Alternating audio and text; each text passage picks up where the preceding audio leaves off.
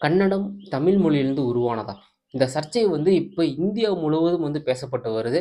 குறிப்பா கமலஹாசன் வந்து தக் லைஃப் ஆடியோ லான்ச்ல வந்து சொல்லியிருப்பார். கன்னடம் வந்து தமிழ் மொழியிலிருந்து தான் உருவானதுன்னு சொல்லிட்டு.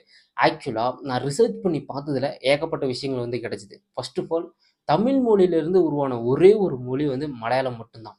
எஸ். கிபி 9ஆம் நூற்றாண்டுல தமிழ் மொழியை வைத்து அப்படியே பிரிச்சு போட்டு உருவான மொழி வந்து மலையாளம். நீங்க வந்து மலையாளம் பேசுறத கத்துக்கிட்டீங்கன்னு வச்சுக்கோங்களேன், ஈஸியா கத்துக்கலாம். அதே மாரி வந்து கன்னடம், தெலுங்கு வந்து அவ்வளவா கத்துக்க முடியாது. பட் அவங்க பேசுறது வந்து நமக்கு புரியும். மலையாளம் வந்து புரியும். நாமளும் வந்து பேசுறது ஈஸியா இருக்கும். ஸோ தமிழ் மொழியிலிருந்து உருவான ஒரே மொழி வந்து மலையாளம். அப்ப கன்னடம், அப்புறம் வந்து தெலுங்கு வந்து தமிழ் மொழியிலிருந்து உருவானது இல்லையா அப்படின்னு கேட்டீங்கன்னா, அப்படி நான் சொல்லவே கிடையாது. பட் இந்த ரூட் லாங்குவேஜ்ன்னு ஒண்ணு இருக்கும்ல. இப்ப இந்த வாழ மரம் வச்சுக்கோங்களேன். வாழ மரம் வந்து ஒரு மரம் வச்சீங்கன்னா அப்படியே பக்கத்துல வந்து நெறைய மரம் வரும். பட் மத்த மரம்லாம் அப்படி வராது. ஸோ இது மாரி தான் வந்து கன்னடமும் உருவானது. அதே மாரி வந்து தெலுங்கும் உருவானது. தமிழோடைய ரூட் லாங்குவேஜ்.